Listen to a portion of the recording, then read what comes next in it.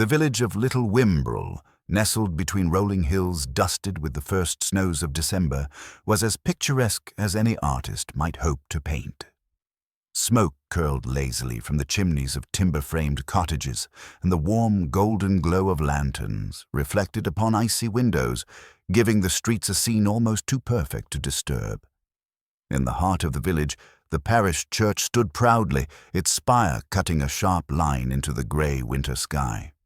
Today, it was unusually busy, not for a service, but for the annual Christmas fete, an event that had become, over decades, the very pulse of Little Wimbrel's social life. Miss Marple, sitting quietly in a wicker chair beside the low stone wall of the churchyard, observed the gathering with her usual keen attention. Dressed in her modest navy coat, with a woolen muff clasped around her hands, she allowed her eyes to wander over the familiar faces. Children dashed about with candy canes and small bells, their laughter tinkling in the crisp air. Elderly villagers exchanged hearty greetings, and the local bakers and artisans displayed festive fare in small, colorfully decorated stalls. To the casual eye, the scene was idyllic, but Miss Marple had long learned that an idyll could conceal as much mischief and resentment as the busiest marketplace. The bell-ringer, Mr. Alfred Tilling, had been a fixture in the village for as long as anyone could remember. A tall, thin man with a careful gait and spectacles perched precariously on his nose, he had rung the church's great bells for 50 years without incident. Today, he was dressed in his best, a dark overcoat that had clearly seen better winters, as he prepared to climb the narrow spiral staircase to the belfry for the annual ceremonial ringing. Children pressed their noses against the church windows to watch, parents called greetings upward, and a faint sense of excitement pulsed through the air. Miss Marple's attention, however, was not on the cheerful crowd, but on the subtle expressions of those around her. She noted, first of all, the slight stiffness in Mrs. Hilda Pemberton's greeting to the vicar, a stiffness that suggested annoyance, perhaps even a grudging rivalry over the arrangement of the Christmas stalls. Then there was young Peter Langley, whose eyes darted nervously toward the belfry, despite pretending to help his mother with the raffle tickets. And, curiously, she noticed the faint smudge of soot on Mr. Tilling's gloved hands, though no one else seemed to see it. It was at that moment, just as the church bells were to ring, that a small hush fell over the crowd. Mr. Tilling had begun his climb. Step by step, the heavy boots echoed against the stone staircase. Villagers craned their necks, straining to glimpse him through the narrow, arched windows. Then, a sudden commotion. A startled cry rose from below, sharp and piercing, followed by the unmistakable sound of a body collapsing onto the wooden floor of this high church vestibule. The hush broke instantly, replaced by gasps and murmurs. People rushed forward, slipping on scattered holly and icy patches. Miss Marple, however, did not move. She observed. The figure on the floor was indeed Mr. Tilling, sprawled unnaturally, his bell rope swinging faintly above him, swaying as though in silent accusation. His spectacles had flown off to one side, and the thin, precise line of his mouth was frozen in surprise. "Someone call for the doctor," cried Mrs. Pemberton, her face pale beneath her thick makeup. He's hurt himself." The vicar, a plump man with a high forehead and anxious eyes, hurried to the scene, brushing aside the crowd. He knelt beside the bell ringer, palpating for a pulse.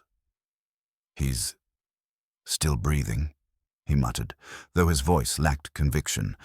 "But we must be cautious. The fall could have been serious. Someone fetch Dr. Wren immediately." Miss Marple rose slowly, her mind working quietly behind the mask of calm she always wore. She noted how certain villagers clustered nervously, exchanging whispered conjectures, some muttering that Mr. Tilling must have lost his footing, others suggesting that perhaps a sudden bout of faintness had caused the fall. A few cast uneasy glances at Peter Langley, who was now pale and shifting from foot to foot. She bent closer to observe the position of Mr. Tilling's hands and the subtle markings on his coat. Nothing screamed foul play at first glance, yet the soot smudge, the unusual tension in his shoulders as he had climbed the staircase, and the slight tang of fear in Peter's eyes were all threads that Miss Marple stored carefully in her mind. Human nature, she thought, could reveal the truth more convincingly than any set of physical evidence. The doctor arrived, a bustling man with a red face and large spectacles. He examined Mr. Tilling with brisk professional hands, muttering medical terms and occasionally frowning. The crowd watched anxiously, holding their breath. Finally, he straightened. "There's no immediate danger to life," he announced, "though I suspect a broken rib and possibly a mild concussion. He must rest and avoid movement. No climbing, certainly, not until fully recovered." A collective sigh of relief swept through the crowd, though it was mingled with whispers and worried glances. "A lucky escape," someone muttered. Thank heavens it wasn't worse.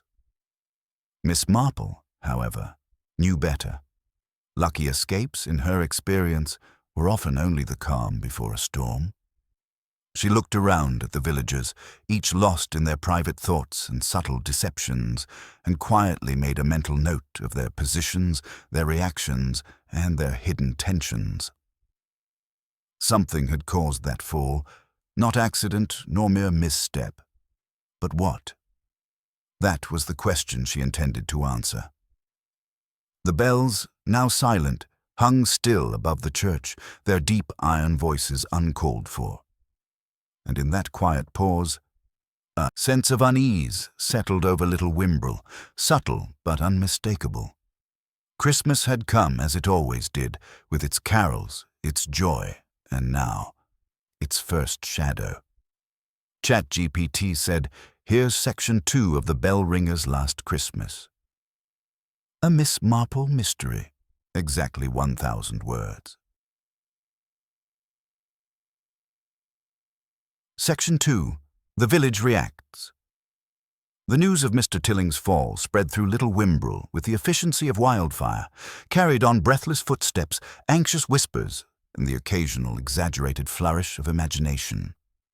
By mid-afternoon, even those villagers who had not attended the Christmas fete seemed to know, as if the event had cast a shadow that extended beyond the cobbled streets and timbered cottages. In the snug drawing-rooms and at the firesides of Little Wimbrel, the talk turned inevitably toward theories, each one more speculative than the last. Mrs. Hilda Pemberton, perched primly in her high-backed armchair, clasped her knitting tightly and called to her sister, who had arrived unexpectedly for afternoon tea. "I told you, Mabel," she said with a dramatic sigh. "It's a wonder no one was killed outright. That Bellringer has always been reckless. I said it months ago, and yet everyone acts as though it were some tragic misfortune." Mabel, who had the gentler temperament of someone accustomed to listening rather than judging, nodded thoughtfully. "Perhaps," she said, "but it seems a bit odd, doesn't it? So sudden, and just as the bells were to ring, one could almost suspect—" Her voice trailed off, and Mrs. Pemberton huffed impatiently. "Suspect nonsense," she suggested, her knitting needles clicking with exaggerated impatience. "This is a small village, Mabel, not London. No one here has designs on murder, thank heavens. He simply lost his footing. You'll see. The vicar himself confirmed it." But elsewhere, opinions diverged sharply. At the Red Lion Inn, where the fire roared and the smell of roasted chestnuts mingled with the lingering scent of ale, a different kind of conversation was underway. Young Peter Langley, still pale from the morning's events, sat nervously with his friend Edward Carraway. "It was strange, wasn't it?" Edward said, swirling the dregs of his ale in a tankard. "I mean, the way he just toppled. And Peter, you were near the belfry." Peter shook his head, avoiding Edward's gaze. "I wasn't, really. I mean, I was helping with the raffle, but yes, I saw him fall, but I don't understand. He's careful, always careful. How could he just—" His voice faltered. Edward leaned closer, lowering his voice. "Some people think someone pushed him. Maybe an accident, maybe not. You saw the tension up there earlier. Did anyone seem odd? Strange. Peter swallowed, uncomfortably aware that Edward's eyes were sharp and searching. I don't know. Perhaps it was the cold. I've never seen him hesitate before, but maybe it wasn't anyone. Maybe it was just bad luck. Meanwhile, at the vicarage, Reverend Arthur Copley was receiving a steady stream of visitors, concerned parishioners who insisted that someone must have witnessed the fall in detail. Each offered their own recollection, often conflicting, of how Mr. Tilling had moved, what he was carrying, or even what he had said just before stepping onto the stairs. Mrs. Foster, a long-time widow with an eye for detail, insisted with certainty that she saw a shadowy figure in the window of the belfry just before the accident. "I'm telling you, Reverend," she said, hands pressed together in emphasis. "Someone was there. I cannot be mistaken. It was not mere chance." Reverend Copley frowned, though he did not dismiss her outright. "We must be cautious," he said gently, his voice betraying both concern and an instinctive desire to calm the rising unease. "Mr. Tilling is fortunate that he is not gravely injured. Let us not cast blame prematurely." Outside, Miss Marple walked slowly along the frosted lanes, observing the clusters of villagers discussing the morning's events. She paused briefly by the little toy shop, where children pressed their noses against the window, gossiping in whispers about what had happened to the Bellringer. Their parents hovered close, shaking heads or attempting reassurances. Miss Marple's sharp eyes noticed small details, the careful avoidance of certain glances, the faint traces of fear in some faces, and, curiously, the way a few people touched objects nearby as if to leave a subtle mark. Human behavior rarely lied. It only revealed itself cautiously, hidden beneath the veil of habit and routine. By late afternoon, the central square had become a nexus of speculation. Mrs. Pemberton arrived, still fuming but determined to assert her version of events. "People will talk, of course," she announced loudly, ensuring she could be overheard. "And I will not have them spreading fanciful stories. Mr. Tilling slipped. It is as simple as that." "You may be right," countered Mr. Halliday, the baker, drying his flour-stained hands on his apron. "But don't you think it is curious that it happened just as the bells were to ring? The timing seems too precise." The mention of timing drew glances from a few others. Mrs. Pembroke, known for her penchant for drama and her love of mysteries, leaned forward from her basket-laden cart. "Too precise, indeed," she murmured, eyes darting nervously. "I dare say there is more to this than meets the eye." Miss Marple, walking quietly at the edge of the crowd, noted every expression, every gesture, and every whisper. She was aware that the villagers themselves were constructing a story, each influenced by their fears, resentments, and secret knowledge. And within these reactions, as always, lay the threads that would eventually reveal the truth. Evening fell over Little Wimbrel, the sky painted in muted shades of purple and grey. The snow, now lightly settled on rooftops and fences, muffled the sound of footsteps, yet the chatter of gossip continued to drift through the streets. People huddled in small groups, repeating stories they had heard or adding imagined details for dramatic effect. Miss Marple returned to her cottage, a small, tidy home with lace curtains and a perpetually simmering kettle. She poured herself a cup of tea, adding a slice of lemon, and sat in her favorite armchair by the fire. Across the room, the cat curled lazily, unconcerned by the stirrings of human intrigue. She reflected quietly on what she had observed: the subtle tension in Peter Langley, the whispered warnings of Mrs. Foster, the conflicting versions of the accident, and the small but meaningful gestures of fear and avoidance displayed by various villagers. Each, she thought, was a piece of a puzzle, waiting to be fitted together with patience and care. Christmas had arrived with cheer, indeed, but beneath the festive trappings, Miss Marple knew that secrets and deceptions were stirring. A bell ringer had fallen, and though he lived to tell the tale, The events of this day would set in motion a series of discoveries that would test the fabric of little Wimbrel's community, and, of course, her own quiet but penetrating powers of observation. The following morning, little Wimbrel awoke to a frost-crisped sky, the first light of dawn catching on icy rooftops and illuminating the snow-laden trees. The villagers moved about cautiously, their conversations inevitably drifting toward the Bellringer's accident, though now tinged with fresh unease.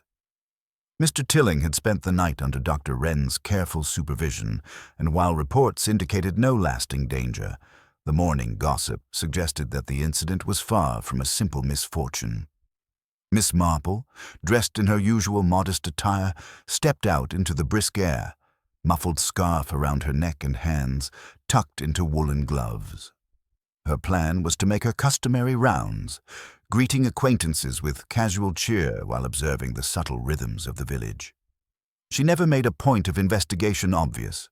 To her, people revealed themselves naturally when they were unaware they were being observed. The first stop was the church itself. The morning sun cast long shadows across the frost-dusted path, and the bell tower loomed silently overhead. Miss Marple ascended the steps slowly, pausing to watch the lingering marks on the stone floor where Mr. Tilling had fallen. A faint smudge of dirt along the edge of the stairs caught her eye, oddly out of place against the pristine white frost that covered the surrounding stone. She crouched slightly, noting its texture and the subtle imprint of a shoe sole, an imprint that suggested the presence of someone other than the Bellringer. As she straightened, the vicar approached, his expression a mixture of courtesy and anxiety. "Miss Marple," he said, smoothing his vest nervously, "I trust you were not too alarmed yesterday." "Not unduly, Reverend," she replied calmly, inclining her head. "Though it is curious, is it not, that a man so accustomed to climbing those stairs could suffer such a misstep? I suppose it is only natural for accidents to occur, yet—" Her voice trailed off suggestively. The vicar's frown deepened. "Yes, well, it is unsettling. I would prefer if everyone exercised caution. The children must be reminded, of course, that the belfry is no place for play." "Indeed," Miss Marple agreed, though her mind lingered on the faint smudge and the slight angle at which Mr. Tilling's fall had occurred. Small details, she reminded herself, often told the most important stories. Walking down the lane toward the village square, she passed the Red Lion Inn, where Edward Carraway had already resumed his morning duties, arranging the empty tables and wiping the counter. He looked up and offered a nod, which Miss Marple returned politely, though she noted the tension in his shoulders. He, like others, seemed eager to discuss the accident without acknowledging the unsettling possibilities it suggested.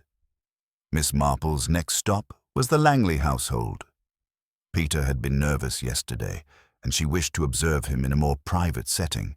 She found him in the kitchen, helping his mother with chores, though his movements were hesitant, almost distracted. "Good morning, Peter," she said gently. "How is your father's Bellringer friend today?" Peter glanced at her, eyes wide and uncertain. He's resting, Miss Marple. Doctor says he's fine, mostly. Just sore. But everyone is talking, and I don't know what to say." "You needn't say anything," she replied softly. "Sometimes it is enough to observe. And speaking of observing, have you noticed anything unusual? Anything that might have caught your attention yesterday, even briefly?" Peter hesitated, twisting a cloth between his hands. "Well, there was something. I thought I saw someone near the window of the belfry before Mr. Tilling fell, but I wasn't certain, and I didn't want to get into trouble." Miss Marple's eyes twinkled faintly. "I see. It is often in those brief, almost forgotten moments that the truth hides. Thank you for telling me, Peter. Sometimes a little courage helps more than one realizes." She departed soon after, leaving Peter thoughtful, if not slightly more unsettled. The day's errands continued as she visited the small cluster of shops along the high street. Each proprietor had their own version of the story, and each revealed subtle clues about their character, their fears and their preconceptions. Mrs. Pembroke, at her corner stall of festive trinkets, leaned forward conspiratorially. "I have always said, Miss Marple," she whispered, "there is more to accidents than meets the eye. One cannot ignore the timing, the shadows, or the faint glances of those around. Something is not right, don't you think?" Miss Marple sipped her tea, pretending to consider the observation. "Indeed, Mrs. Pembroke," she said, "one must always be attentive to timing. But it is equally important to distinguish between fear and knowledge. Often, people speak from one when they mean the other." The small bell over the door jingled as she departed, and Miss Marple's mind began to arrange the fragments she had collected. Peter's fleeting glimpse, the shadow near the belfry, the smudge on the stairs, the nervous tension in Edward, and the subtle hints of underlying rivalries among the villagers. Each detail was like a stitch in a larger tapestry, invisible to those who had not learned to observe the patterns of human nature. By midday, she returned to her cottage, setting down her parcels and pouring herself another cup of tea. The cat purred softly at her feet, and outside, the wind carried the distant echoes of village life, the sound of snow-tipped branches brushing against the cottages, the faint chatter of gossip, and the occasional ring of a church bell, still cautious in its call. Miss Marple settled into her chair, a notebook in hand. She made careful notes of everything she had seen, every incongruous glance or gesture, recording it with the precision of one who understood that human behavior rarely lied. She also considered the psychology of the village itself, the hidden resentments, the petty jealousies, the small victories and slights that, when combined, often led to more serious outcomes. A knock at the door interrupted her thoughts. It was Mrs. Foster, eyes bright with concern. "I thought I would call, Miss Marple," she said breathlessly, "to mention that I saw something last night after the fete. I'm not sure it means anything, but, well, you have the sort of insight one can trust." Miss Marple invited her in. Tea prepared once more, and listened intently as Mrs. Foster recounted her observations, every hesitation and inflection carefully noted. By the time her visitor departed, Miss Marple had already begun weaving the strands into a coherent mental picture, though the final shape remained tantalizingly elusive. She closed her notebook, steeped in thought. The village had reacted predictably, yet the truth, as always, would emerge not from the stories they told aloud, but from the tiny, almost imperceptible gestures and hesitations they could not conceal. Little Wimbrel might appear peaceful, even idyllic, but beneath its festive surface, the threads of tension were already beginning to pull taut. And Miss Marple, quietly patient, would follow them wherever they led. By late morning, little Wimbrel had begun to divide neatly into factions of opinion. Gossip, as Miss Marple had long observed, had a way of crystallizing quickly in a small village. It adhered firmly to whichever explanation seemed most convenient, most satisfying, or most scandalous. The police, summoned after the Bellringer's accident, had begun their inquiries, and in their orderly, official way, they were eager to find a culprit and close the matter before it disrupted the Christmas festivities. Detective Inspector Harold Clements arrived mid-morning, his heavy overcoat brushing the frost-laden cobbles as he surveyed the scene. He was a man of solid experience, methodical, and not given to imaginative leaps. To him, the facts were everything. Human nature, though interesting, was secondary to evidence and statements. "Morning, Miss Marple," he said, tipping his hat politely. "I hope you're keeping well." "Quite well, Inspector," she replied with a faint smile. "Though I imagine today's inquiries will keep you busy." Clements gave a brief nod, his expression tight with professional focus. "Indeed, I've already spoken with Mr. Tilling's neighbors, some of the children and the vicar. So far, everyone seems to agree that the fall was unexpected, but naturally, we must consider all possibilities. From the outset, one suspect seemed to attract the attention of the authorities. Peter Langley. He had been nearest to the belfry at the time, and some villagers, intentionally or not, had framed him as the accidental cause of the bell-ringer's tumble. His nervousness, evident the previous day, had done nothing to discourage suspicion. Peter, called to the vicarage for questioning, was pale and trembling. I didn't do anything," he insisted, hands twisting in his lap. "I was just helping with the raffle. I didn't even touch the stairs. I swear." Inspector Clements, seated across from him, remained patient but firm. "We understand that, Peter, but we have to ask questions. Witnesses say you were in the vicinity.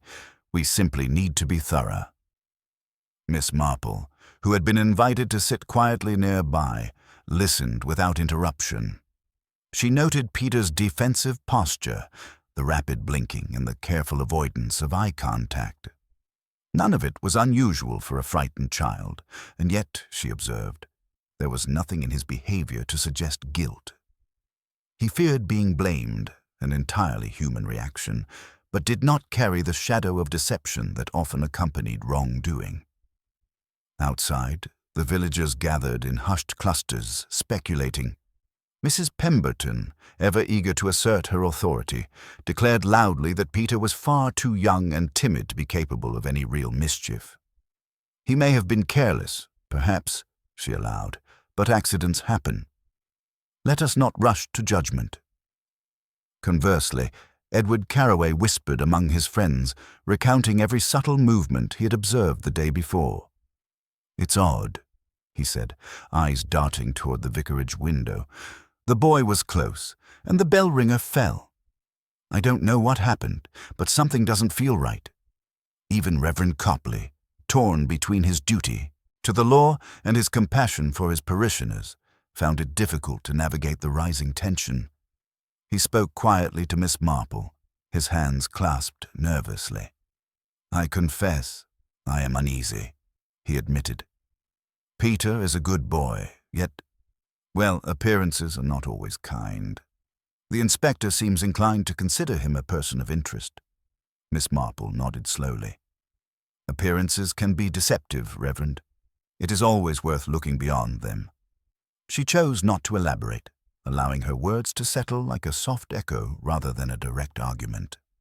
At the church itself, the police conducted a careful inspection of the belfry stairs, measuring, photographing, and noting every irregularity. Inspector Clements examined the steps and the handrails with professional detachment, recording impressions and the placement of minor debris. To an experienced eye, the fall could have been purely accidental, yet inexplicably, one step bore a faint scuff mark that seemed inconsistent with Mr. Tilling's usual tread. Miss Marple crouched beside the inspector, her gaze sharp. "A curious mark, is it not?" she asked, pointing gently. Clements followed her finger. "Yes, I noticed that. Could be the bell ringer slipped, or perhaps he tripped over something. Hard to tell." "Indeed," she murmured, letting the words hang. Later in the day, she visited the Langley household once more, ostensibly to deliver a small gift for Peter, but in truth to observe the boy's reactions in a familiar setting. Peter was still anxious, yet the minute she asked casual, open-ended questions about his morning, he relaxed slightly. I didn't want anyone to think I'd done it," he said, finally meeting her eyes. "I liked Mr. Tilling. He never hurt anyone." Miss Marple nodded, her gentle eyes conveying understanding. "And sometimes, even good intentions can be misread, Peter. But do not worry. Truth has a way of revealing itself, often in ways that patience can uncover." By mid-afternoon, the inspector had called a meeting at the Red Lion Inn, with several prominent villagers present, including Mrs. Pemberton, Mr. Halliday the baker, and Edward Carraway. The aim was to establish a coherent narrative and determine whether further investigation was warranted. Peter was, of course, mentioned as a point of interest, and most attendees nodded gravely at the possibility of accidental culpability. Miss Marple observed silently from her corner seat, sipping tea and noting every glance, every hesitation, every micro-expression of doubt. The villagers, she thought, were eager to assign blame to a single individual because it offered comfort. Chaos, uncertainty, and suspicion were difficult burdens to bear during the holiday season. Yet she also noticed subtle contradictions. Edward's eyes flickered nervously whenever Peter was discussed, suggesting something unspoken. Mrs. Pemberton's insistence on innocence carried an edge of territoriality, an almost subconscious need to control the narrative. Mr. Halliday seemed genuinely torn between loyalty and curiosity, his brow furrowed at the inconsistencies he perceived. As the meeting dispersed, Inspector Clements thanked the villagers for their cooperation and promised further inquiries if necessary. Peter was excused, though the shadow of suspicion lingered over him in the whispers and cautious glances that followed him down the street. Miss Marple, returning to her cottage, reflected on the day's events. The police, eager for a neat resolution, had settled on an obvious suspect, Peter Langley. Yet to her seasoned mind, the boy's fear, the villagers' reactions, and the subtle details of the belfry all suggested that the true story lay deeper, hidden beneath layers of social expectation, human error, and small but telling deceptions. She poured herself a fresh cup of tea, watching the snow drift lazily against the window pane. Little Wimbrel, outwardly peaceful, was already weaving the threads of gossip, suspicion, and misdirection. And Miss Marple, quietly patient as ever, began to consider which threads were real and which were meant to deceive. Christmas approached, but already a quiet tension lingered in the village air, a tension that would not be fully understood until the next revelation, when the first faint hints of hidden motives began to emerge. The morning following the inspector's first inquiries dawned cold and bright. A thin frost lined the edges of cobblestones and village gardens, and the low winter sun cast long shadows over Little Wimbrel. Miss Marple, having spent the previous evening reviewing her notes and observations, set out once more. She carried with her a small notebook, a modest handbag, and the certainty that even in the smallest detail, the truth could be found. Her first stop was the church, where Mr. Tilling had been resting under Dr. Wren's advice. The Bellringer remained in bed, wrapped in thick blankets, his thin frame pale against the pristine white sheets. He looked both relieved and embarrassed as Miss Marple approached. "Good morning, Mr. Tilling," she said gently. "I hope your night has been comfortable?" "Oh yes, Miss Marple," he replied, voice hoarse from the day's ordeal, though I must confess I feel rather foolish. Falling like that in front of everyone, on the one day I meant to perform the ceremonial bell ringing. He sighed heavily. "I don't know what happened. I simply slipped, I think. Perhaps the frost made the steps treacherous." Miss Marple nodded thoughtfully, though she said nothing further. Instead, she walked slowly toward the foot of the bed, her eyes scanning the floor, the furniture, and the small window-sill where the morning sun glinted. It was there, near the corner of the room, that her gaze settled on a tiny object, a fragment of thread, bright red against the otherwise subdued palette of the chamber. She stooped and picked it up delicately. A simple thread, no longer than a finger, yet its color and texture struck her immediately as incongruous.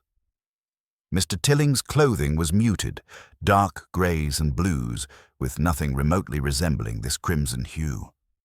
She rolled it between her fingers, noting the frayed edge and its precise weave. To anyone else, it would have been insignificant.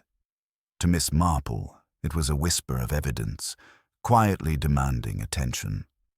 "Curious," she murmured, more to herself than to the bell-ringer. "A detail so small, yet it may speak volumes." Mr. Tilling blinked, uncertain. "A thread. I don't know. Perhaps it came from the children's decorations yesterday. There was so much tinsel and fabric. It could be anything." "Indeed," Miss Marple replied lightly. "It may be nothing, but sometimes what seems inconsequential holds the weight of truth."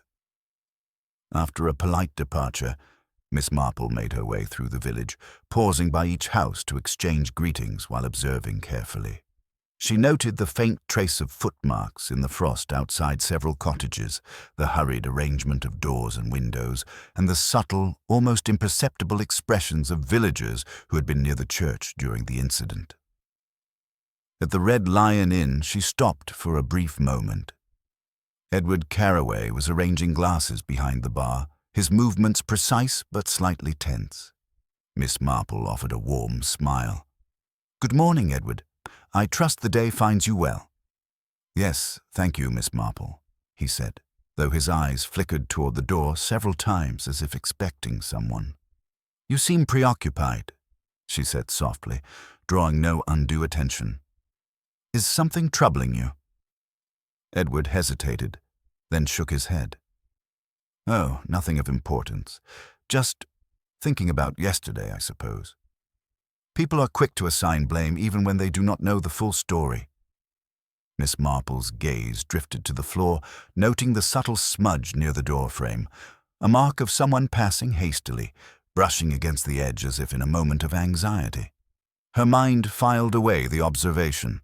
Small, easily overlooked details like this often illuminated the larger picture. Later, she visited Mrs. Foster, whose curiosity had led her to the church after the fall. They sat together over tea, and Miss Marple listened closely as Mrs. Foster recounted the morning's events, her voice eager, though occasionally punctuated by nervous glances. "I'm sure it was no accident," Mrs. Foster insisted. "I saw a figure moving near the belfry yesterday. I could not make out who, but it seemed deliberate. Mr. Tilling never slips like that." "Never? Something must have caused it." Miss Marple nodded, stirring her tea. "Yes, I have considered that, and yet we must distinguish between what one perceives in fear and what is revealed by careful observation. The difference is often subtle, though it matters greatly." As the day progressed, Miss Marple returned briefly to the church to inspect the belfry stairs once more. She traced her fingers lightly along the worn edges, noticing how the frost had left faint traces in small depressions, almost like footprints frozen in time.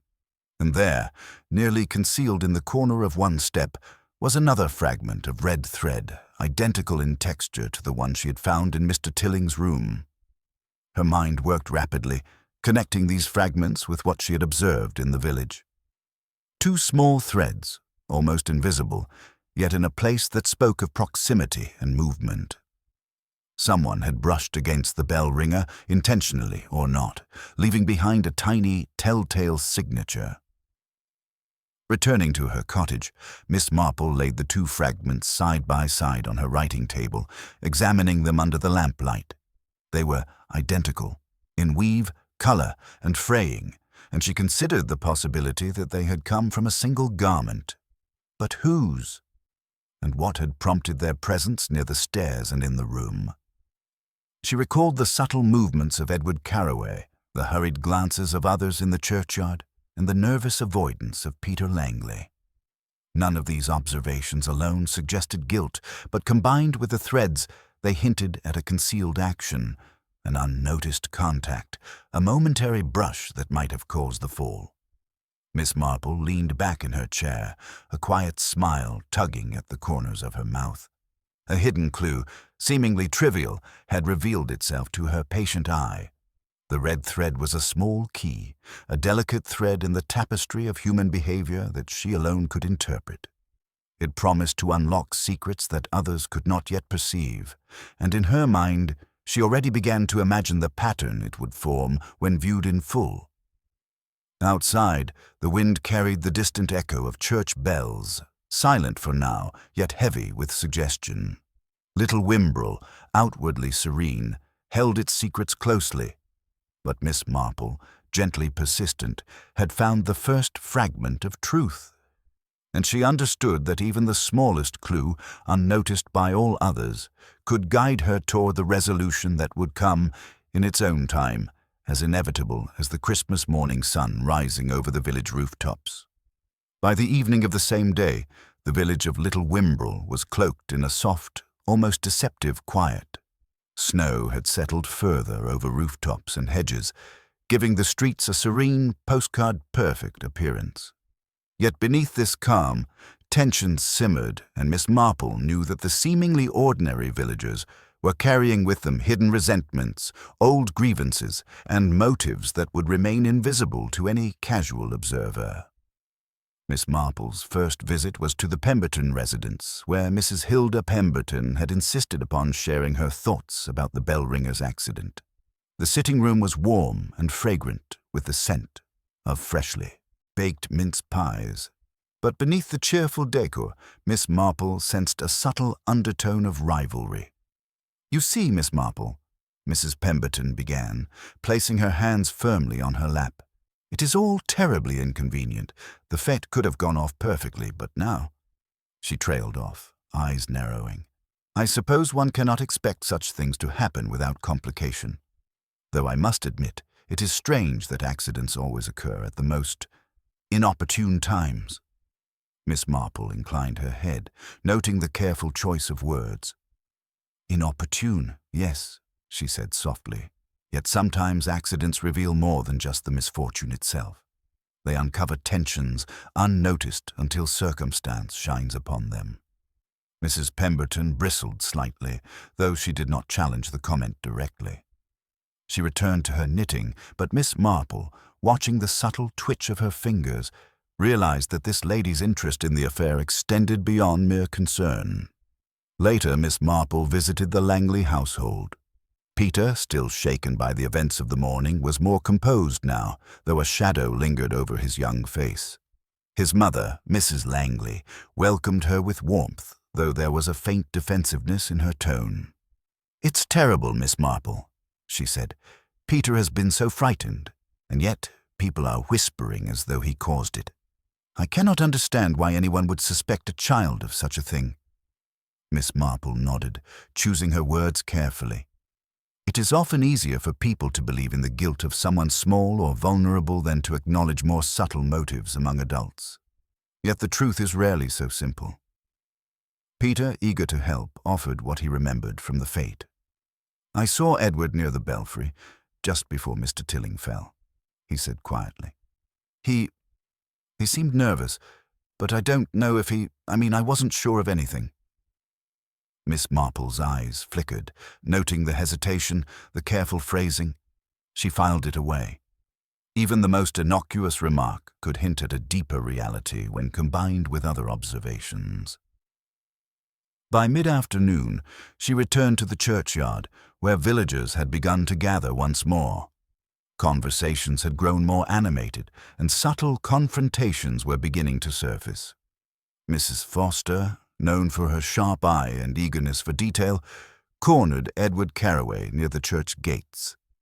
"You seemed so close to the belfry yesterday," she said pointedly, voice low but insistent. "Perhaps you noticed something we did not." Edward flushed, shifting from foot to foot. I only observed, that's all. I didn't touch anything or anyone." "But you were there," Mrs. Foster pressed, "and you must admit it appears convenient that Mr. Tilling should slip while you were near." Miss Marple, observing quietly from a distance, noted the subtle tension in Edward's shoulders, the quick blink, the fleeting glance toward the church window. None of it suggested guilt outright, but there was unease, an instinctive recognition that the world was watching more closely than one realized. Meanwhile, the vicar's wife, Mrs. Copley, had begun her own inquiries. She approached Mrs. Pemberton in a most cordial manner, offering tea and small pleasantries while subtly probing for information. "It must have been a frightful scene," she said sweetly. "I do hope the Bellringer is recovering." Mrs. Pemberton, wary yet eager to assert her knowledge, responded at length, recounting everything she had observed, embellishing here and there to assert her superiority. Miss Marple noticed in particular the way Mrs. Pemberton's tone grew sharper when she mentioned Peter Langley, and the almost imperceptible curling of her lip when Edward's name was mentioned.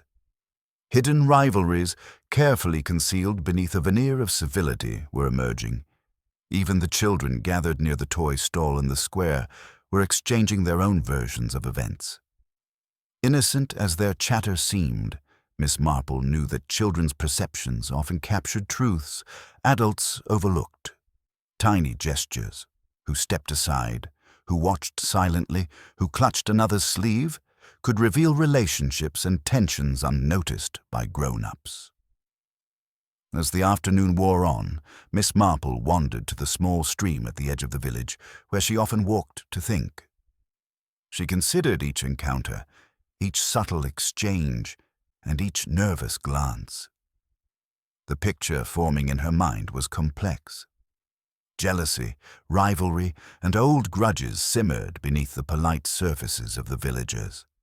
She recalled the crimson threads she had discovered the previous day and the faint smudge near the church stairs.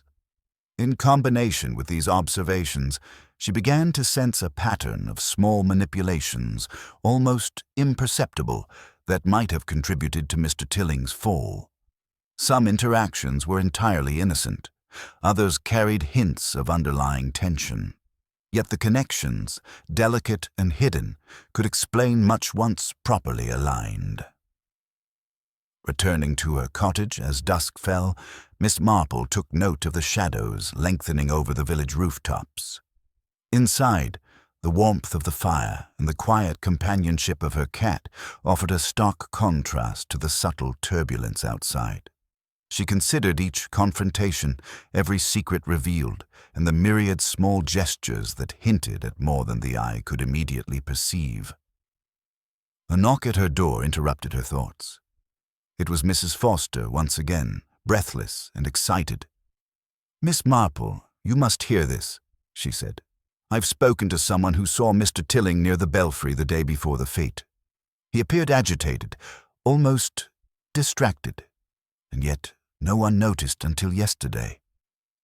Miss Marple welcomed her in and listened carefully, her keen eyes absorbing the nervous energy and the details Mrs. Foster provided. Each revelation, though minor in isolation, added texture to the portrait she was assembling. The village itself, polite and orderly on the surface, concealed layers of human complexity that demanded attention. As night settled over Little Wimbrel, the village seemed serene once more. Snowflakes drifted silently, muffling footsteps and softening edges. But beneath the gentle glow of lamplight, human passions and hidden motives continued their quiet stirrings. Miss Marple, sipping her evening tea, reflected on the day's confrontations. The threads of resentment, fear, and rivalry were beginning to weave a pattern, one that might ultimately explain not just the fall of the Bellringer, but the subtle, almost imperceptible forces that shaped the village itself. And Miss Marple, as ever, would watch patiently, waiting for the next thread to reveal itself, for the truth to emerge from the quiet undercurrent of human nature, gentle yet inexorable. The following morning brought a sharp, biting frost, and with it an unexpected disruption that unsettled Little Wimbrel far more than Mr. Tilling's fall. Word spread quickly through the village. A second incident had occurred at the church.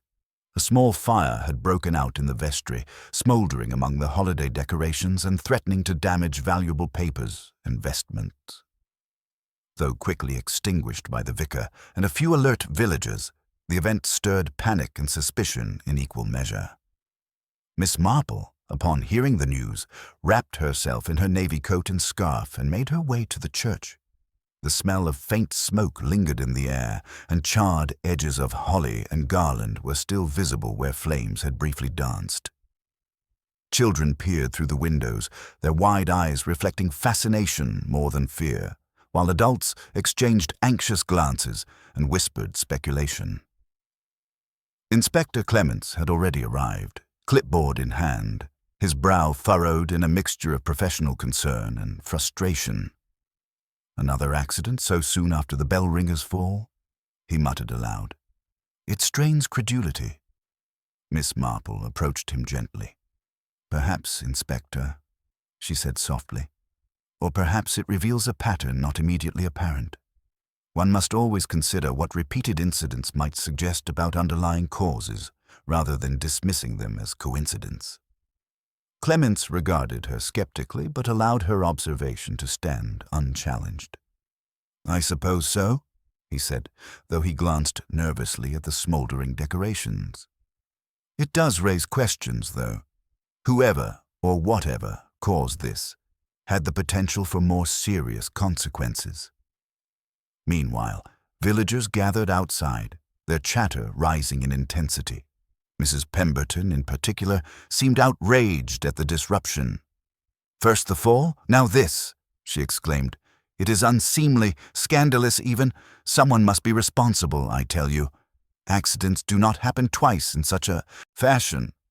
Her pronouncement drew nods from a few, though others frowned at the implication.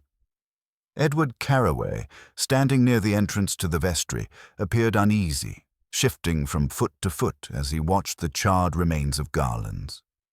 Miss Marple noted his nervous energy, filing it away alongside previous observations. Peter Langley, who had returned to the churchyard earlier to retrieve his lost scarf, glanced toward the building with wide, fearful eyes. He avoided the other villagers' stares, murmuring under his breath, "I didn't do this. I didn't do anything." Miss Marple placed a gentle hand on his shoulder. "Of course you didn't, Peter," she said. "It is not always the obvious person who is involved. Sometimes the world presents a puzzle, and our task is merely to observe carefully until the pieces align." Inside the church, Miss Marple examined the scorched vestry with meticulous attention. The fire appeared small, contained and deliberately placed near the garlands on the far side of the room. She observed the pattern of scorch marks, the subtle displacement of papers, and the faint footprints in the soot that had settled onto the flagstones. The prints were small, careful, and oddly deliberate. Not an accidental shuffle of the foot, but a purposeful movement, precise and cautious. She retrieved a fragment of charred thread from the edge of the fireplace. It was deep red, much like the threads she had discovered near the Bellringer's fall. She held it up, comparing it to the earlier fragments. Yes, identical in weave and color. Someone had brushed past decorations, or perhaps deliberately touched them, leaving a trace almost invisible to anyone else. A soft cough drew her attention. Mrs. Foster stood nearby, wringing her hands. "Miss Marple, I can't believe these things are happening so close together," she said. "The fire, the fall. Is it possible someone is trying to harm Mr. Tilling, or is it something else entirely?" Miss Marple considered her carefully. "It is possible, Mrs. Foster, and equally possible, it is a matter of misdirection. When events occur in succession, people see patterns where none exist, or fail to notice the true connections. One must remain patient and attentive to the smallest details." Outside, the villagers' speculation intensified. Some whispered of revenge, imagining grudges held by long-forgotten neighbors. Others suggested supernatural causes, invoking old tales of mischief around the church. Miss Marple, however, ignored the rising hysteria, concentrating on the concrete evidence at hand: the red threads, the footprints, and the precise positioning of the decorations. She retraced her steps along the path to the belfry stairs, noting how faint shadows of movement could be discerned in the frost. The village's frozen surfaces preserved subtle traces of activity, easily overlooked, yet rich with implication. She began to visualize how someone might have moved from the vestry to the stairs, carrying a concealed intention that remained hidden beneath ordinary motions. By late afternoon, Inspector Clements had begun interviewing villagers anew. Edward Carraway found himself questioned more intensively, particularly regarding his movements during the previous day's fete. He responded politely, though with a visible tension in his voice. Miss Marple, observing from a distance, noticed the slight flare of his nostrils, the careful modulation of his tone, and the minuscule hesitation before answering each question. These small cues, she thought, spoke more than any statement could. In the square, Mrs. Pemberton clutched her gloves tightly and whispered to a small group of neighbors, "I warned you. Something more is going on. People are careless, or worse, deceitful. We must pay attention." Miss Marple smiled faintly to herself. Careless or deceitful? Yes, one or both, but the subtlety mattered. One false step, one concealed gesture could ripple outward, influencing perception far more than the initial act. Returning home, Miss Marple examined the fragments of red thread carefully, aligning them side by side under lamplight.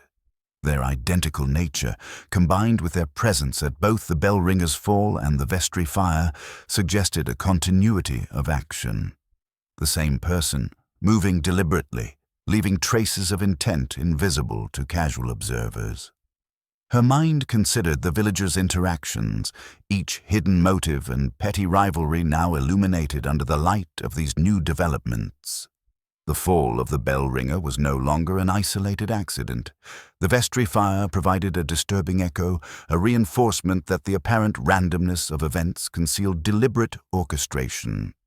As dusk fell over Little Wimbrel, Miss Marple's thoughts grew sharper. A pattern was emerging, one she had suspected but now could visualize with greater clarity. Small, almost invisible threads tied together seemingly unrelated incidents, and within those threads, human behavior whispered its secrets: fear, tension, avoidance, and the faintest gestures of guilt or knowledge. She settled by the fire in her cottage, placing the fragments of thread neatly on the table. Outside, snow continued to drift softly, covering the village in a deceptive quiet. Inside, Miss Marple considered the challenge before her: the fall, the fire, the villagers' secrets, and the subtle movements of those around her. One thought crystallized with a quiet certainty. The next revelation would be pivotal. Another twist, subtle yet decisive, would soon illuminate the hidden truth and lead her closer to understanding the mind behind the events. And Miss Marple, patient and observant, was ready to see it unfold. The quiet hum of the village at night carried both anticipation and tension, and Miss Marple, poised with her keen insight, knew that the threads of deception were beginning to unravel, carefully, delicately, inexorably. The morning after the vestry fire, Little Wimbrel seemed unusually tense, the festive atmosphere tempered by whispers of suspicion and unspoken fears. Villagers avoided one another's eyes, yet their gestures betrayed the nervous energy beneath polite facades. Miss Marple, as ever, moved quietly through the streets, observing without announcing her attentions, letting the patterns of human behavior reveal themselves as naturally as shadows shifting in the winter light. She had spent the previous evening reviewing her notes and re-examining the fragments of red thread. Their repeated appearance suggested a continuity of intent, and their delicate placement hinted at careful orchestration rather than mere accident. Yet the subtlety of these actions required a patient eye, one that could detect micro-reactions in those who believed themselves unobserved. Miss Marple resolved that the next step must be a test, subtle and indirect, designed to reveal the truth through the natural behavior of the suspect. Not through interrogation or confrontation, but through observation of reactions when confronted, gently, almost casually, with carefully chosen information. Her first task was to arrange a plausible reason for gathering key villagers without arousing undue suspicion. She wrote brief notes inviting Edward Carraway, Mrs. Pemberton, and Peter Langley to tea at her cottage. Each note was polite, casual, and seemingly ordinary, a gesture of goodwill during the tense holiday season. Edward arrived first, cheeks flushed from the cold, carrying himself with careful composure. Miss Marple offered a warm smile and a cup of tea, noting the subtle tension in his shoulders and the slight tremor in his fingers as he settled into the chair. "You've been very busy these past few days," she remarked lightly. "I imagine all the activity surrounding the fete has been tiring." "Yes, quite," Edward replied, nodding quickly. His eyes flicked toward the fire, then back to Miss Marple. Every micro-expression, every shift of weight, every slight change in tone was catalogued silently by her mind. Peter arrived shortly after, his mother following behind. The boy's nervous energy was evident, though he attempted to appear calm. Miss Marple greeted him warmly, offering reassurances and encouragement. She allowed him to settle near the fire, gently steering the conversation away from accusations, instead discussing the fete, the decorations, and the Bellringer's recovery. Mrs. Pemberton arrived last, her demeanor a mixture of civility and subtle authority. She complimented Miss Marple on her hospitality, though her eyes, sharp and curious, scanned the room and its occupants with the faintest glint of competitive evaluation. With everyone settled, Miss Marple began her subtle test. She spoke of the Bellringer's fall and the vestry fire in general terms, emphasizing the fortunate absence of serious injury. Then, with casual phrasing, she introduced a minor, seemingly trivial detail: the red threads. "You know," she said softly, "I found 2 small fragments of red thread, one in Mr. Tilling's room and another near the vestry decorations. Curious, isn't it?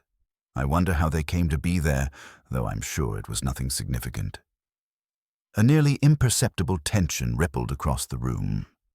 Peter's eyes widened briefly, but he quickly looked down, fidgeting with the edge of his scarf. Mrs. Pemberton's fingers tightened around her teacup handle, and her lips pressed together momentarily.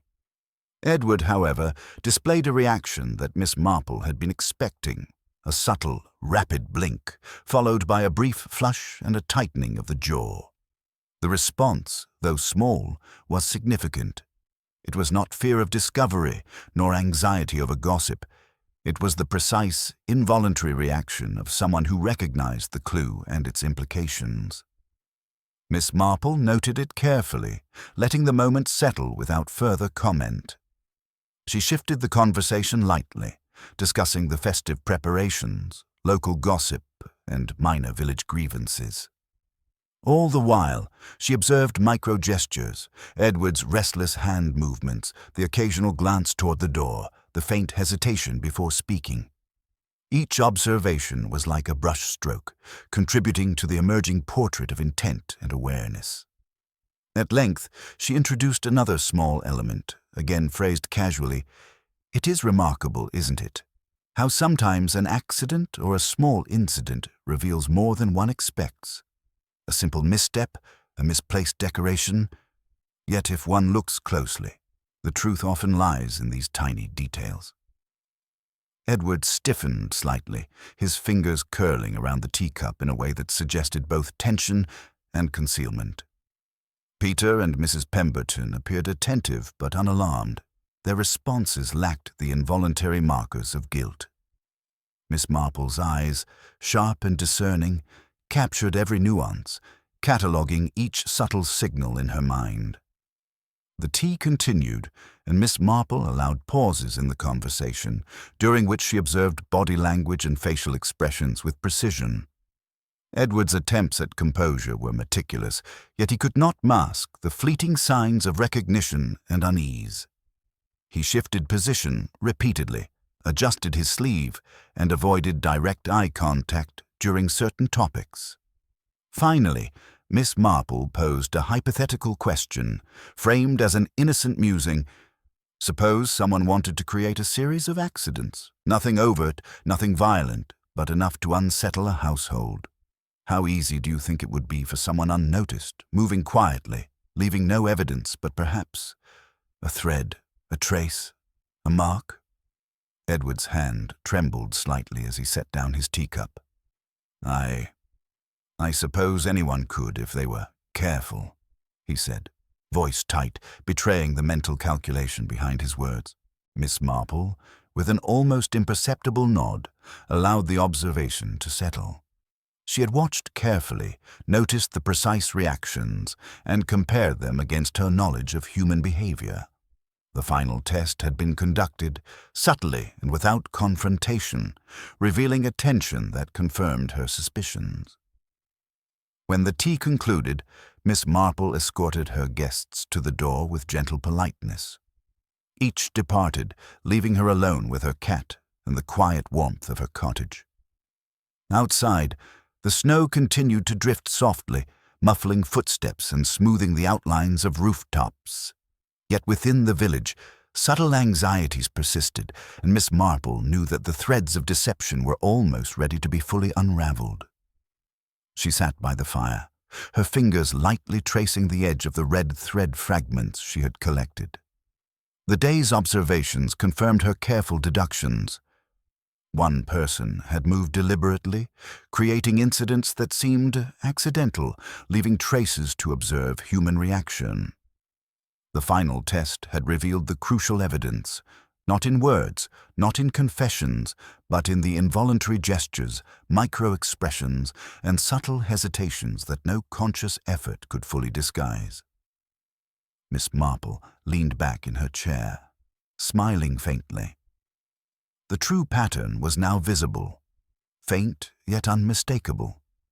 The next step would be the revelation, the delicate unraveling of deception, and the gentle yet decisive confrontation that would expose the hidden motives behind the Bellringer's fall and the vestry fire. Outside, the quiet village lay under its winter blanket, peaceful in appearance yet rife with unseen currents. Inside, Miss Marple, ever patient and observant, knew that the moment of truth was near. Her final test had confirmed what her mind had long suspected, and soon every fragment of evidence, every gesture, and every hidden thread would be drawn together in the light of understanding. The following afternoon, little Wimbrel gathered quietly around the vicarage, drawn by the subtle rumor that Miss Marple wished to speak. The sky was pale, a soft, cold light filtering through the winter clouds, and the snow glimmered faintly on the village roofs. Villagers approached cautiously, curiosity tempered by a sense of unease. Something important was about to be revealed, and each felt compelled to be present without quite knowing why. Miss Marple greeted them in her usual gentle manner, her expression calm and unhurried. The room was warm, filled with the scent of winter pine from the modest wreaths on the mantel. She invited everyone to sit, allowing a quiet pause for their anticipation to settle. Edward Carroway, Peter Langley, Mrs. Pemberton, and a few others were present, as well as the vicar and the inspector. "Thank you all for coming," she began softly. "I thought it would be prudent to gather quietly and speak of the incidents that have disrupted our village these past days.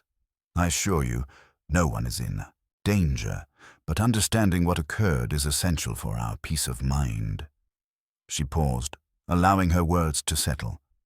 Every pair of eyes in the room followed her gently, curiosity and apprehension mingling in equal measure.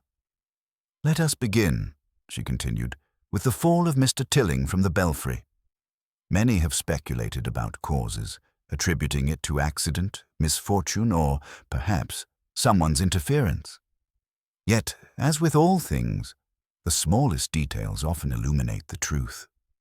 Miss Marple held up the red thread fragments she had collected. A soft murmur rippled through the room. She placed them on the table, letting each person observe their vivid color and delicate texture. "These fragments," she said, "were found in two places, near Mr. Tilling's bedside and near the vestry decorations after the small fire. On their own, such details might appear insignificant, but when examined alongside human behavior, they tell a story." She looked at Edward Carroway with steady eyes, her tone gentle, not accusatory. "Edward, you were near the belfry during the fete. Your movements, your gestures, your subtle responses to discussion of the incidents have revealed more than any direct statement could. You reacted to the threads in a manner that suggested recognition and awareness, signs that cannot be feigned or controlled." Edward's face paled, and he swallowed, attempting composure. I don't know what you mean," he stammered, though the tremor in his voice betrayed him. Miss Marple inclined her head slightly. "Let us recall the facts.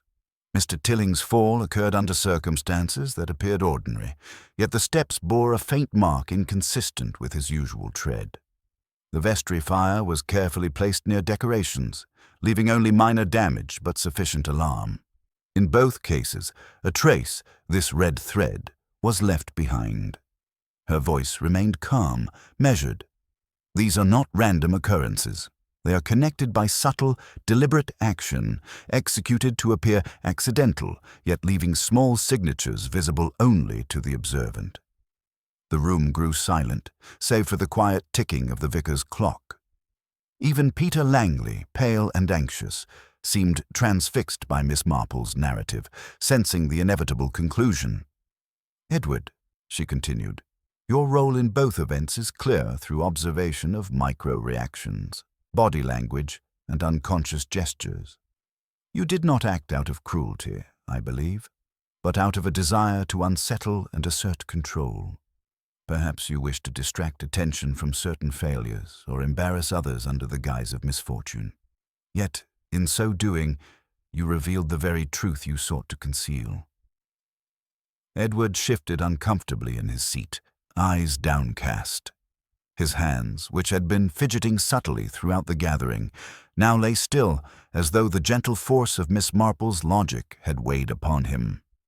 "Consider, too," Miss Marple said, her gaze encompassing the entire room, "the villagers' interactions. Mrs. Pemberton's insistence on propriety, Peter's fearful hesitancy, and the traces of movement near the vestry all point to a careful orchestration. Only someone who understood both the physical layout and the psychological landscape of Little Wimbrel could execute such acts without detection." Edward exhaled slowly, the tension in his shoulders evident. "Yes," he admitted quietly. I only wanted to prove something. I did not think it would get out of hand."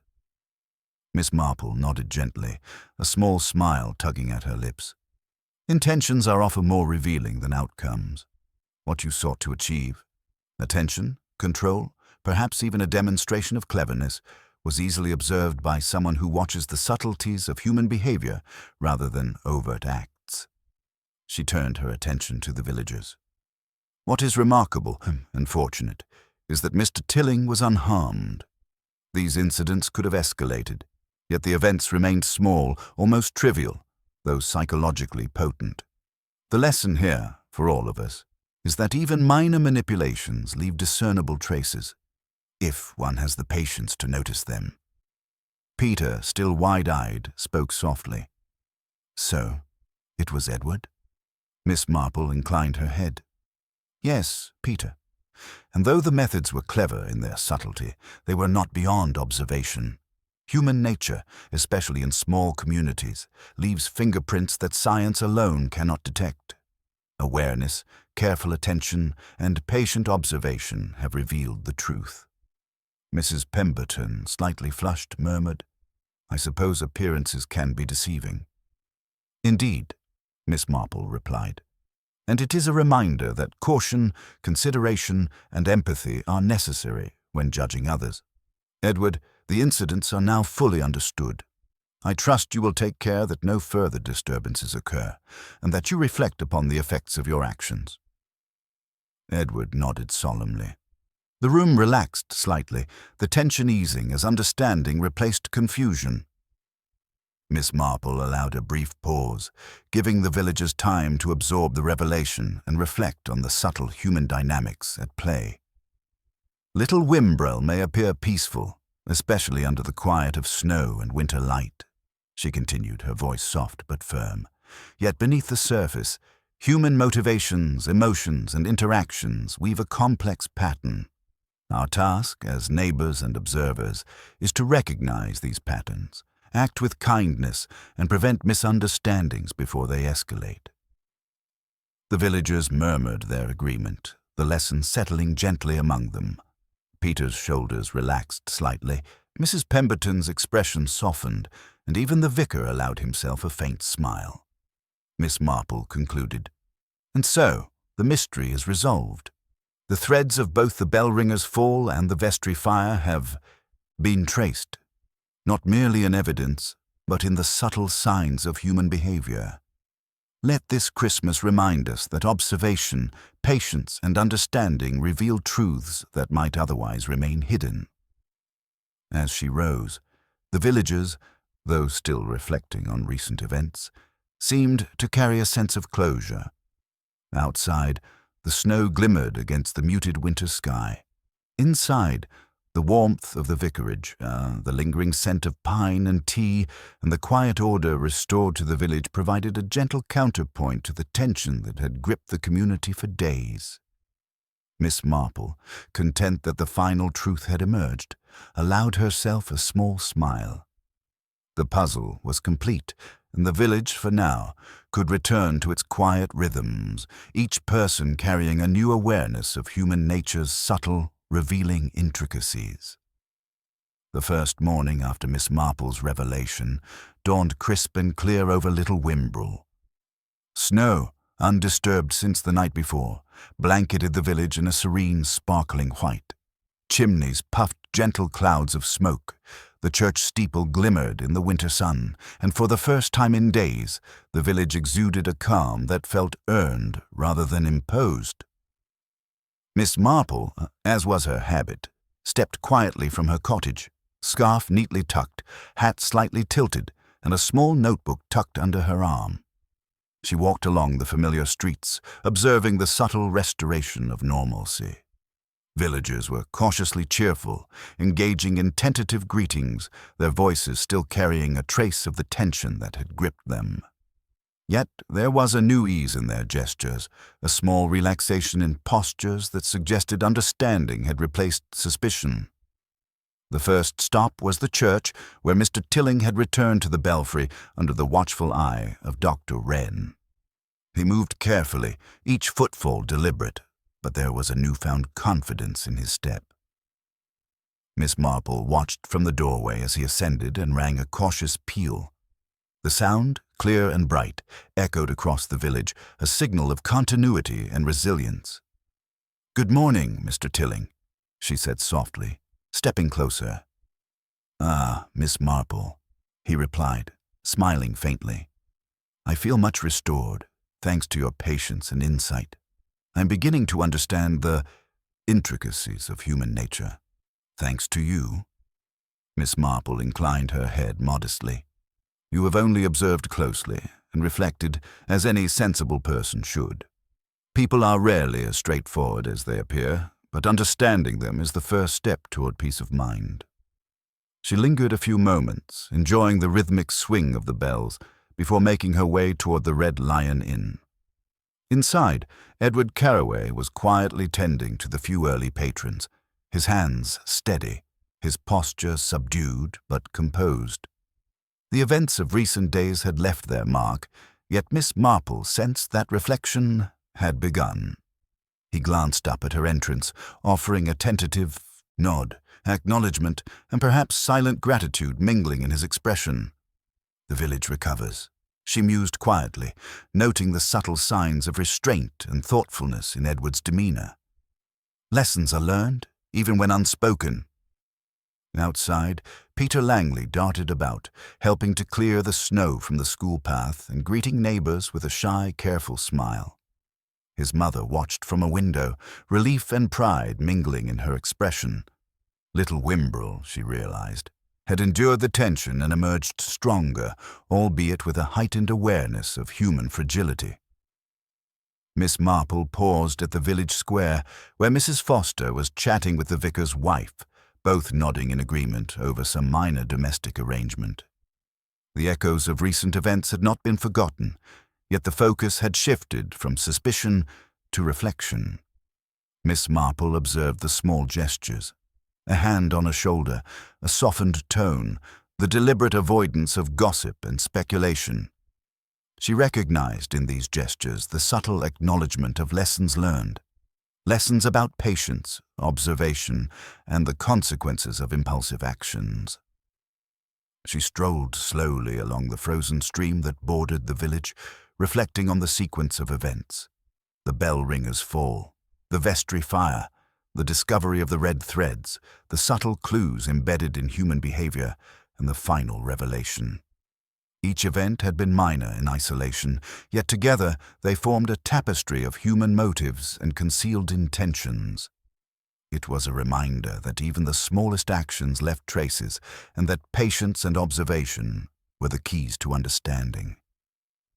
As she rounded a bend in the stream, Miss Marple noticed the children gathering small branches for the village fire pit, their laughter bright and innocent. Even in the shadow of recent events, the simplicity of human joy endured. She smiled to herself, recognizing that human nature, though fraught with missteps and hidden impulses, also possessed resilience and capacity for goodness. Returning to the village center, she observed Mrs. Pemberton carefully arranging the remaining decorations, her usual assertive demeanor tempered by reflection. There was a quiet humility in her movements, an acknowledgement that appearances alone could not conceal character. Miss Marple noted the subtle shift in her tone when speaking to neighbors, less emphasis on authority, more focus on collaboration. Even Inspector Clements, who had returned to routine investigations elsewhere, paused to confer with the vicar on minor parish matters. He offered a polite nod to Miss Marple, a silent acknowledgement of her insight and the finesse with which she had unraveled the intricate threads of deception. Miss Marple returned to her cottage as the sun began its slow descent, casting long, soft shadows across the snow. Inside, she arranged the red threads and her notes carefully, reviewing the sequence of events in her mind. The pattern was clear: small manipulations, subtle evidence, carefully observed behaviors, and the gentle guidance of human reactions had revealed the truth without confrontation or accusation. Her cat, perched on the windowsill, watched the flurries outside with quiet curiosity. Miss Marple sat in her favorite chair, reflecting on the human tendencies she had observed. Deception, pride, and rivalry were present in all villages, but so too were kindness, honesty, and the capacity for reflection and change. The evening drew in, and the lamplight cast a warm glow over the modest furnishings. Miss Marple allowed herself a quiet satisfaction, not in triumph over wrongdoing, but in the knowledge that understanding, patience, and careful attention had restored order and insight to her village. Outside, the villagers prepared for the remainder of the festive season. Doors were opened, greetings exchanged, and small acts of kindness renewed the sense of community.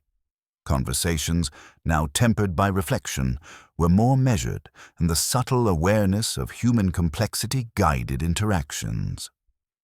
Little Wimbrel, though altered in its understanding of neighborly relations, had regained its tranquility. Miss Marple, seated by her fire, considered the delicate balance of human nature. The Bellringer's fall and the vestry fire had revealed far more than simple accidents. They had illuminated motivations, fears, and the consequences of small actions. And yet the village had endured, its members subtly wiser for the lessons imparted. As night settled over the snow-covered rooftops, Miss Marple allowed herself a small, serene smile.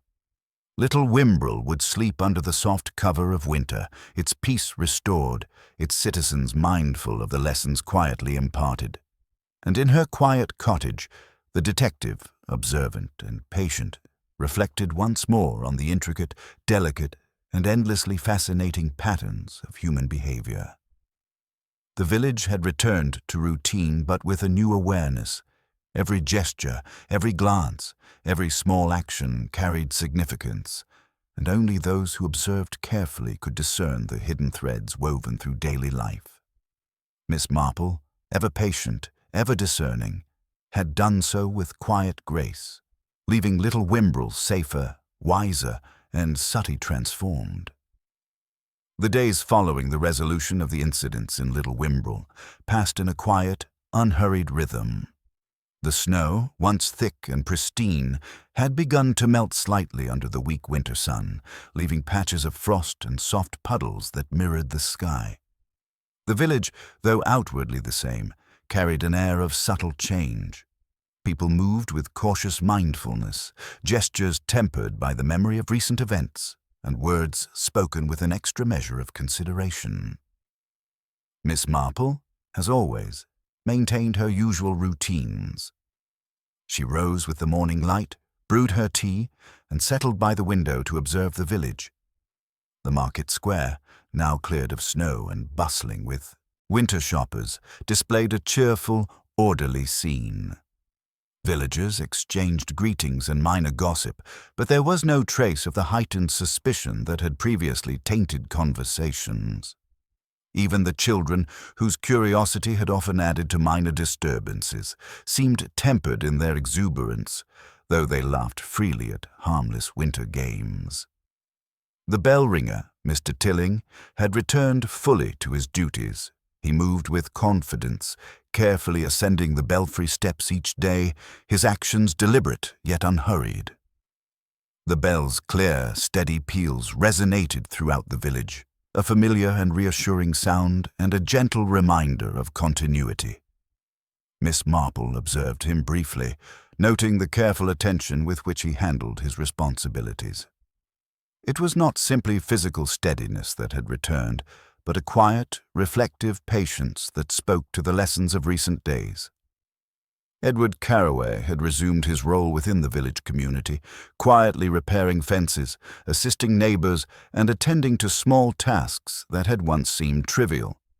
His demeanor was subdued yet attentive, as if each action was now measured against the memory of the incidents he had orchestrated. Miss Marple observed him from a distance, recognizing in his careful, deliberate behavior a subtle transformation.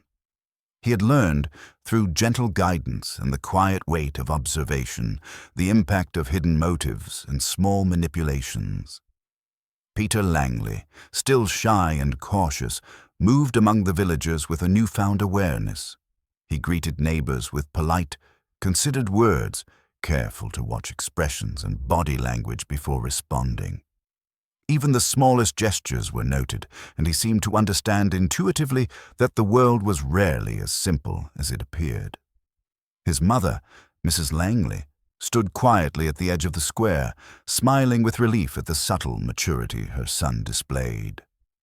Mrs. Pemberton, who had once prided herself on social superiority and outward appearances, moved with a gentler assertiveness. Her conversations carried warmth alongside authority, and her critical observations were tempered by empathy. She arranged the remaining decorations with care, now attentive not only to appearance but to the feelings and well-being of others. Miss Marple, noting the subtle shift, allowed herself a faint smile. The village, she realized, was not merely restored. It was, in small but meaningful ways, improved. In the quiet of her cottage, Miss Marple reflected on the intricacies that had revealed the truth. It had not been forceful confrontation, nor dramatic spectacle that brought clarity, but patient observation, subtle questioning, and attention to the smallest of gestures. Micro-expressions, fleeting glances, slight hesitations. These were the keys to understanding human behavior, and they had spoken volumes where words failed. Her cat, perched on the windowsill, purred softly, the warmth of the cottage and the fading sunlight creating an atmosphere of calm. Miss Marple considered the village's resilience, its ability to return to routine, its capacity for reflection, and the subtle changes in human behavior that often went unnoticed until circumstance revealed them. The lessons of the Bellringer's fall and the vestry fire had extended far beyond the events themselves, imparting awareness and a tempered understanding of human complexity. The vicar, visiting later in the day, stopped to thank Miss Marple quietly. "Your insights have done more than resolve incidents, Miss Marple," he said. "They have reminded us all of the importance of patience, observation, and understanding. Little Wimbrel is fortunate to have your guidance." Miss Marple smiled gently, pouring him a cup of tea. "It is only through observing carefully and understanding human nature that one sees the true causes of disruption, Reverend.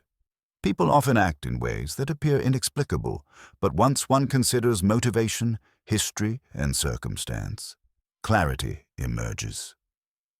The villagers continued to drift past her window throughout the afternoon, each carrying out ordinary tasks with the awareness of lessons learned.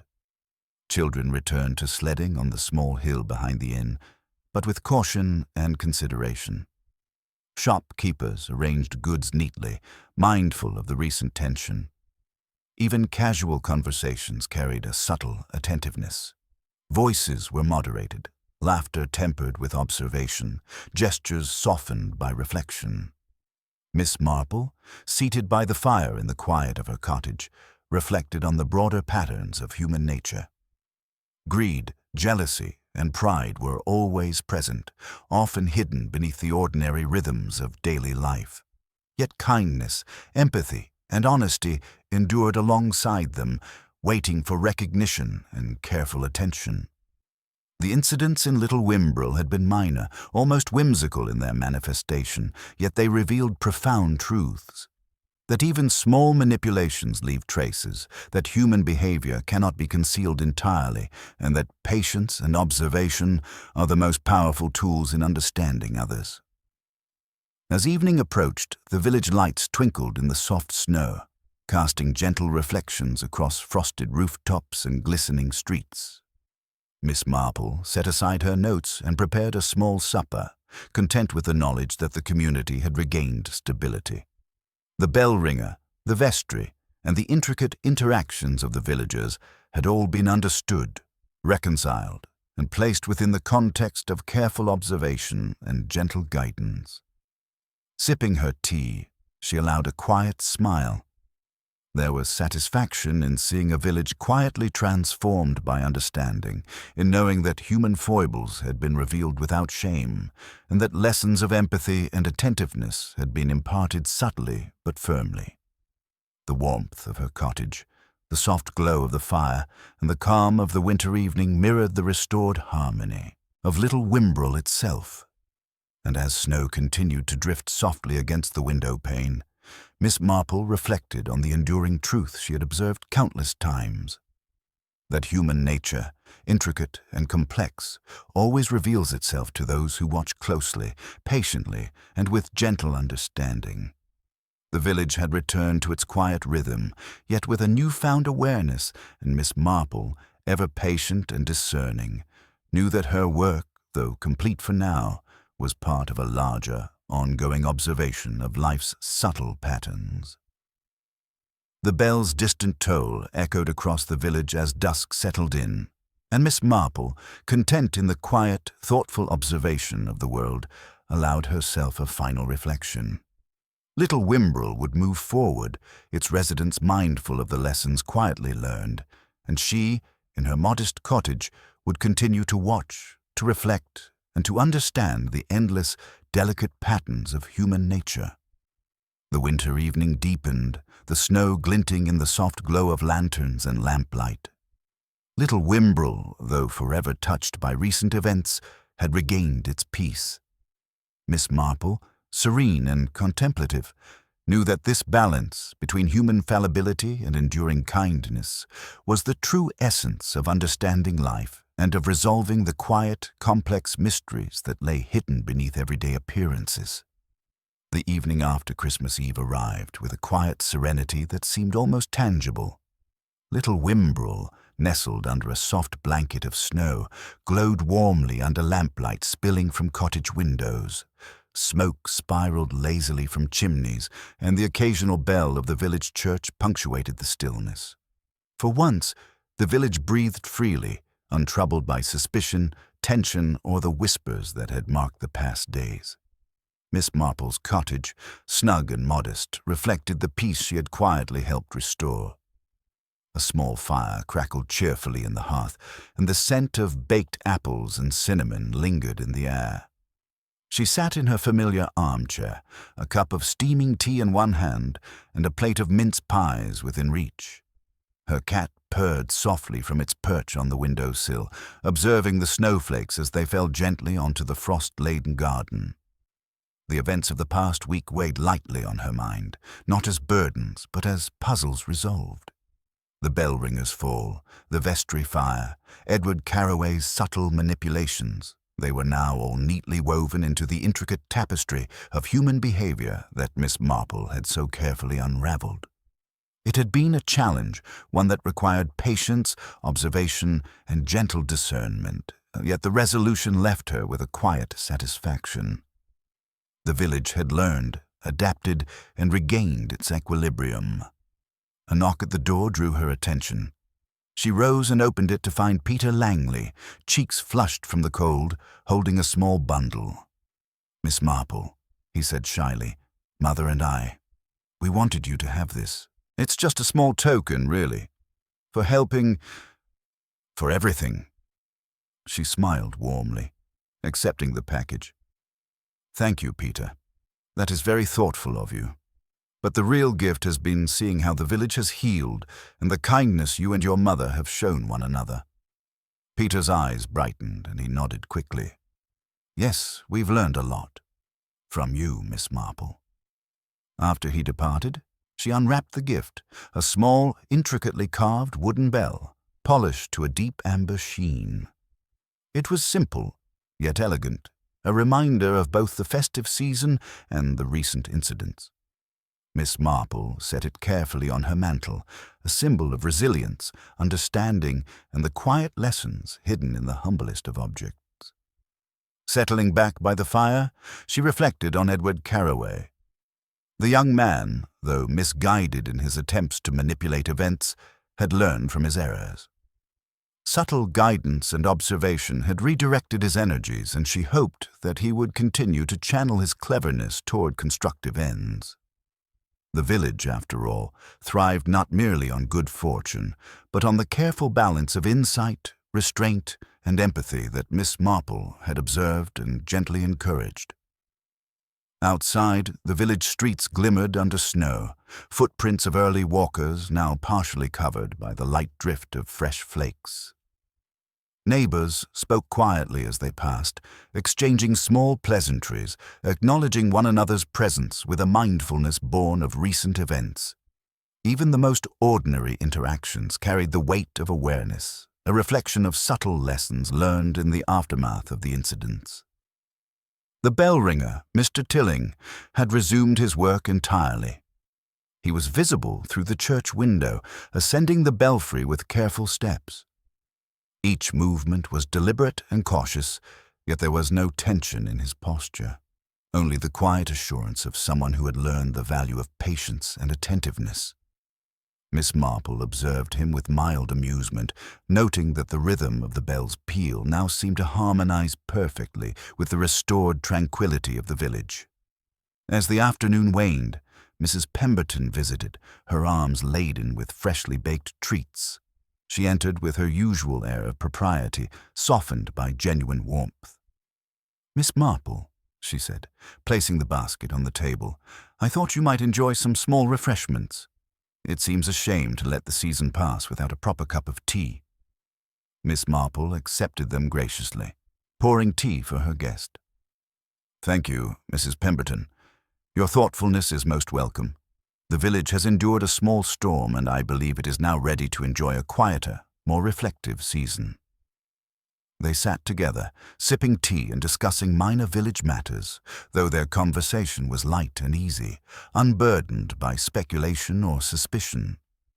The warmth of the fire, the simple pleasure of baked goods, and the peaceful, quiet outside created an atmosphere of contentment.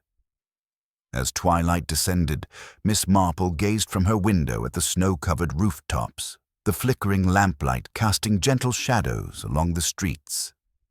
The village, though forever marked by recent events, had emerged stronger, more reflective, and subtly wiser.